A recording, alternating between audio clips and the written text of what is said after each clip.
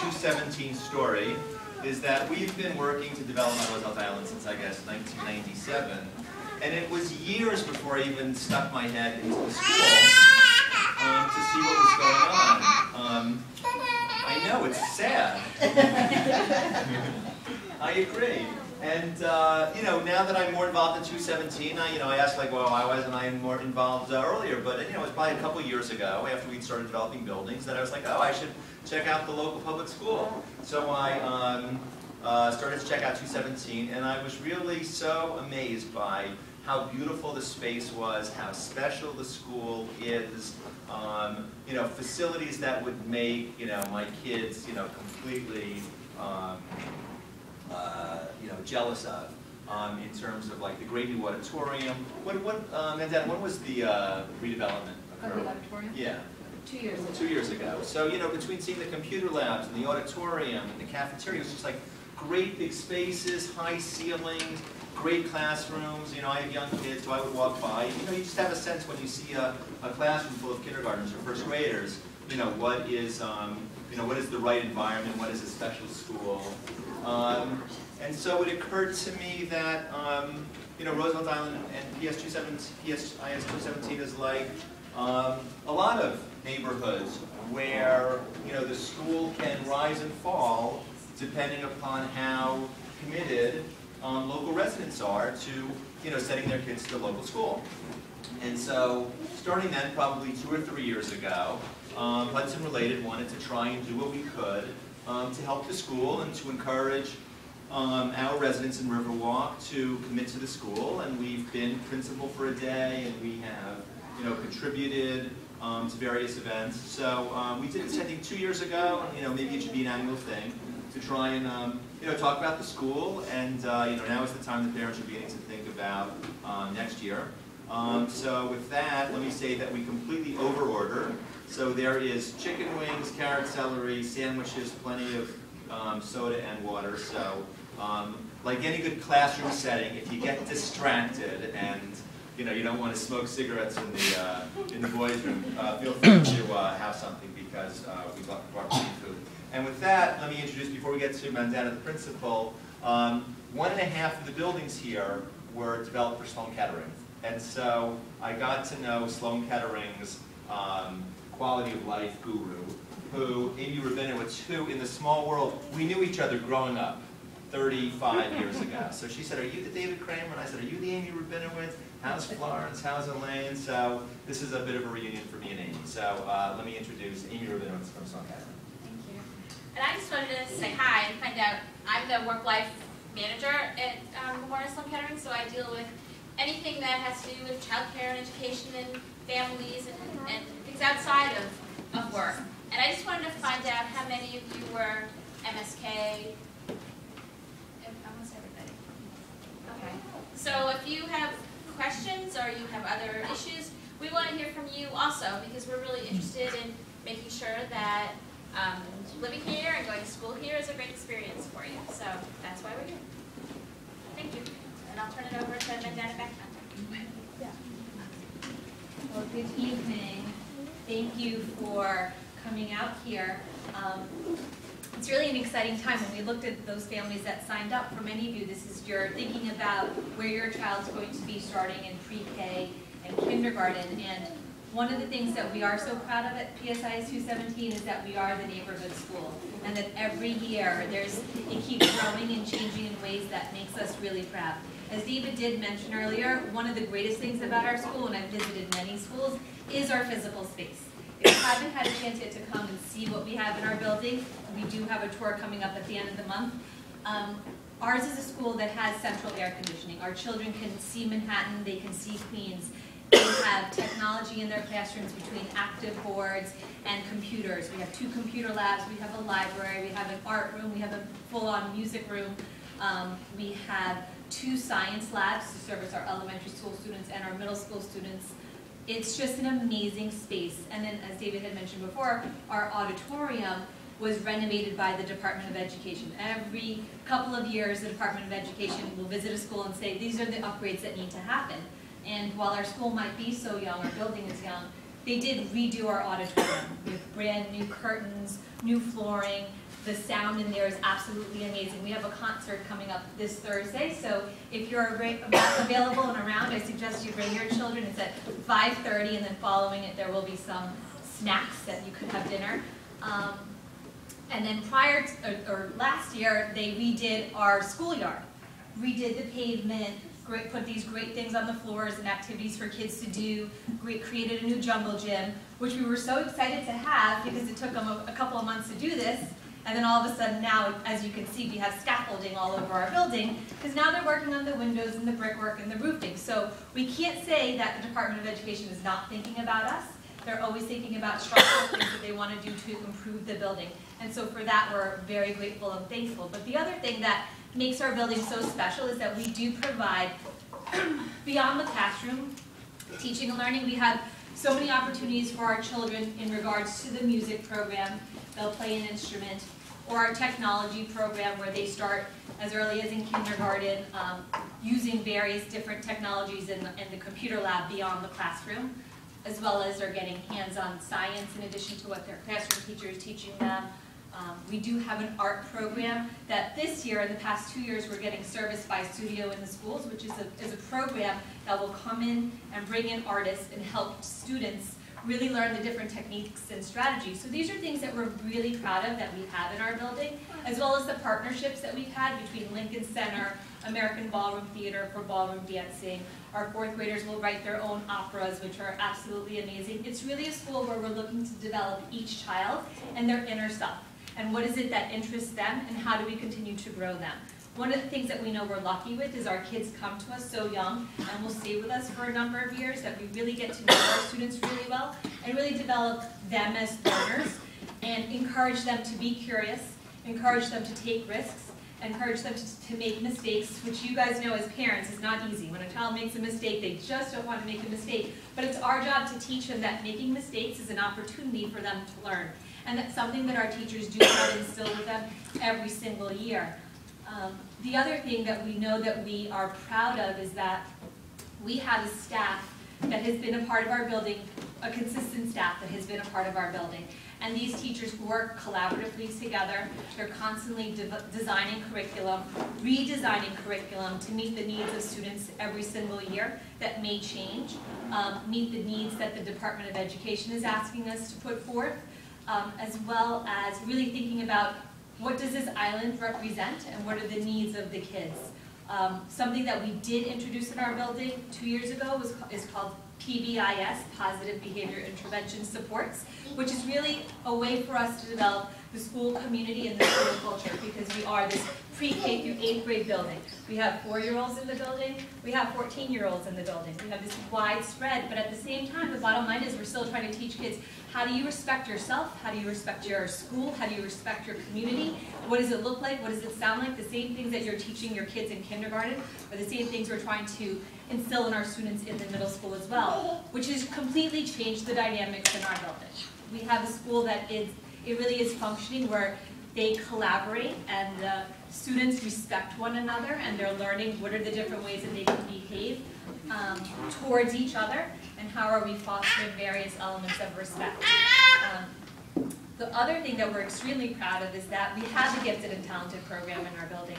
It was something that island residents, as well as residents from Queens, had really helped to push and make happen here through the help from Jessica Lappin and Mika Kellner.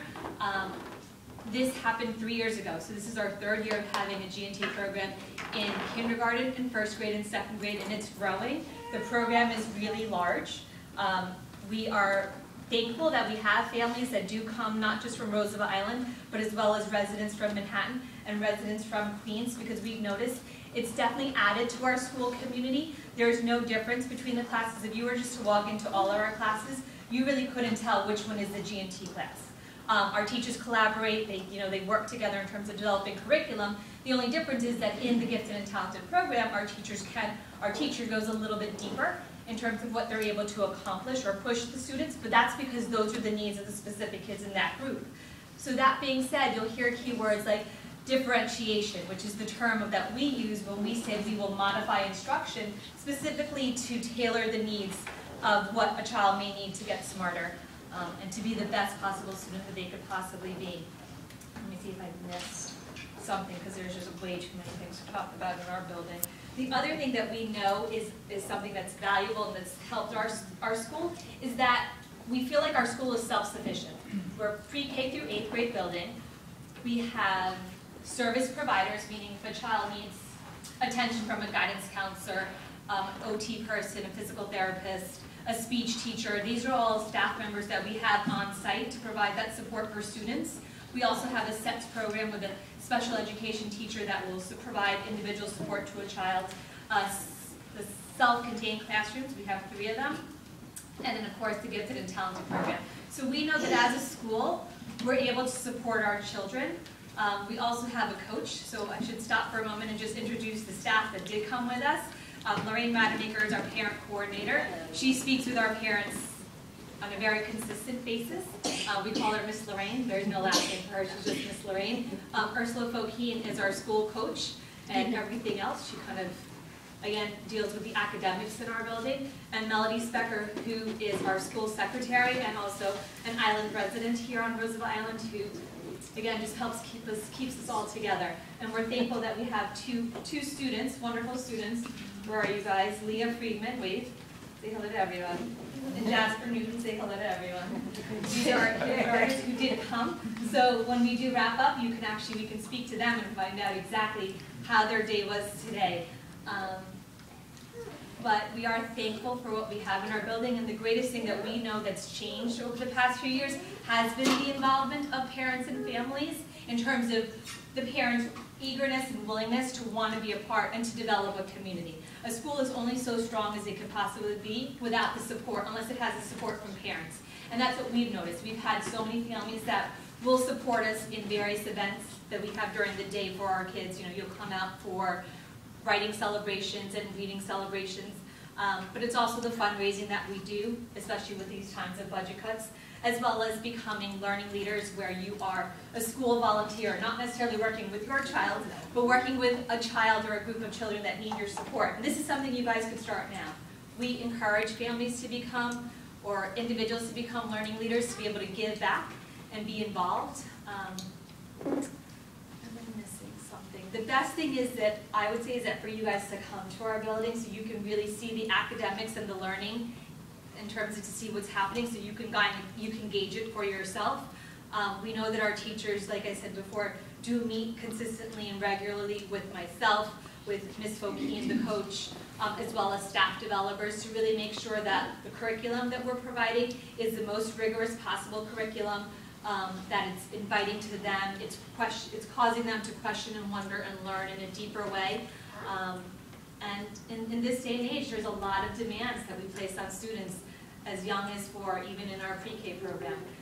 Our goal is to make sure that every single child is a reader, is a writer, is a mathematician, is thinking in critical ways, even so young. And the best thing that we do encourage parents to do is to make sure that you're always reading with your children, you're always talking with them, that you're always helping them wonder and question what's out there, because just outside here on Roosevelt Island, there's so many different things to talk about with them between the bridges, or even if you're living in Queens and you're seeing Roosevelt Island, the fact that this is an island, and what makes an island, you're nodding yes. We've had those conversations. What does it mean? Why do we have bridges? How does it help us as a community? So there are so many valuable things that as a staff, they'll incorporate various components of this island into their teaching. I just wanted to mention, just to remind you, that we have such a huge international population, and we have a teacher who speaks at least 5 different languages, and he's available and helps a big help for all of our So we have a number of our families who work for the hospitals. We do have a number of families that work for the United Nations. And as Ms. Becker was saying, we are so lucky to have an ESL teacher, English as Second Language teacher, who's on site, who can speak definitely over 5 different languages. And he's always trying to learn a new language. And does. He's got that skill. And it's a nice community. I mean, it is a community about trying to build how do we work together, and how do we build acceptance and respect for one another, and encourage the diversity, which we definitely have in our building. The other thing that maybe you may have read or you may have some questions about was the way the city does give each school a letter grade. We were definitely extremely disappointed to receive a letter grade of a D this year. What the city had done was they had changed the metrics in terms of how they looked at the test scores, and these are scores just based on students taking their test from 3rd grade through 8th grade. And there was one area which is 60% of your score, which is really based on students starting in 5th grade through 8th grade, because you're looking at progress, the progress a child makes from one test to the next test. So in that sense, for each of those children, they were compared with their peers who took their test in terms of how the progress was made from one year to the next year. And your child had to score in the 75th percentile or higher in order to receive credit. So if the child had scored just under the 75th percentile, we didn't get credit. So the average that our students had scored was in the 66th percentile, which was below. And that's an area that, since we know that's an area that we were not successful in, we have as a staff really looked at what's the instruction that we're teaching, who were these kids who were not successful, who were these kids who could be in that same situation next year. These are kids that we invite to come to us early in the morning, we call it 37.5 minutes, where they can get extra enrichment, small group time with their teacher from 7:52 until 8:30, as well as pull out instruction during the day. So it's something that we are completely aware of. Every single teacher is aware of what are they doing differently this year to meet the demands. Because the other thing that was a factor or a change this year was the change in the test. You may have heard, or you will be hearing about Common Core standards, which means in 2014 they are changing the standards across the United States, and they're making it much more rigorous so that kids are career and college bound ready, because what they noticed was a number of kids were graduating from high school and upon going to college were taking remedial classes. And for that reason, they're asking all of us to revise the curriculums that we have, make it much more rigorous, and they've changed the tests as well.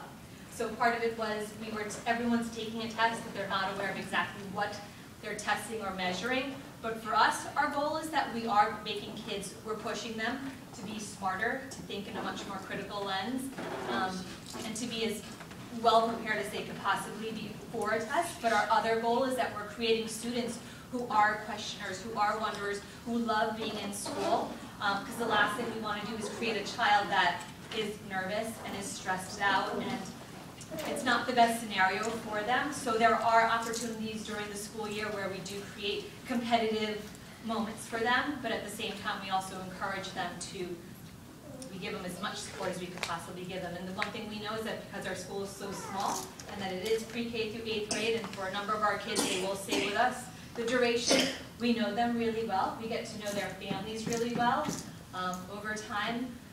Yes, you get to know their families, their aunts, their uncles, everyone. Just a little history. I started out as a classroom teacher at PS 217. I was a 2nd grade teacher and a 3rd grade teacher, and became the coach in the building, a math coach, and then the AP and the principal. Miss Fokine was also a classroom teacher in the building. Lorraine's just been there forever, as well as Miss Becker, who's been there forever. So we have a lot of staff members that are very much invested in the development of the building, and I can honestly say that there has been a change of our building in the past 10 years. And we know we want to keep changing it every single year, because our bottom line is, how are we servicing the kids, and then how are we involving the community and the parents, and that's our greatest goal. I think that's really it. Are there any specific questions? And we do want to invite you to come back to a school tour, which we're going to do Tuesday, December 20th. At 8:45 a.m. So Lorraine did take your contact information. She'll give you a phone call just to find out if that works for you. If it doesn't, we'll have a tour the following month. It's never too, it's great that you guys are here and that you're finding out, because the more information you can find out about a school empowers you, and in terms of, prepares you for the process. And then once it starts, it just happens very quick, the enrollment process. Yeah. And I also just want to mention that starting January 9th, I believe, January 6th, 9th, I'm sorry, we'll start kindergarten registration. So if you're interested in kindergarten, that process will start on January 9th. Letters will be going out to families, so you can look out for the letters, and I'll make sure that the buildings in this area will get that information. So I have very basic questions. Like Albert will be 3 this month, the end of this month. So it's too early for him, or is it? For kindergarten, for pre-K, pre-K. I do have no idea about age. What year was he born? 2008, December Okay, so 27th. he would have to wait till the spring to register for pre-K for September 2012. 2008. Right, So wait for the spring. for the spring. That information I have not gotten yet, as far as registration for pre-K. So it's we not just- for this January? or No, pre-K? no. Yeah. Where will you advertise, for example, for the spring? Will we see some Right, they'll be in posters? the, we have a PTA website, and they usually put out the advertisement, put out, any information that we have, but I could also, Amy and I keep in contact, I'll also let her know the information, and I'll make sure that each building has some flyers or whatever I put out, they would have the information. So the minimum age for pre-K is 4 years old, It's right? 4, 3 going on 4. Okay. Okay, with the but I can Department of give you my contact, With the Department of Education, a child needs to be 4 years old by December 31st to be in pre-K, Right. and a child needs to be 5 years old by December 31st to be in kindergarten. Oh, okay. Those are the cutoffs, which is very different from the private schools, which will often have like a September 1st. Yeah, I heard two September, different, right. 2 different days, yeah. Yeah, our So the cutoff public date school is December. is December 31st. Okay, Yeah. all right, So- thank you.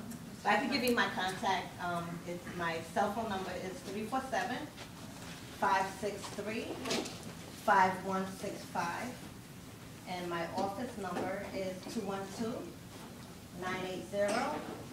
212-980-0294, extension 1010.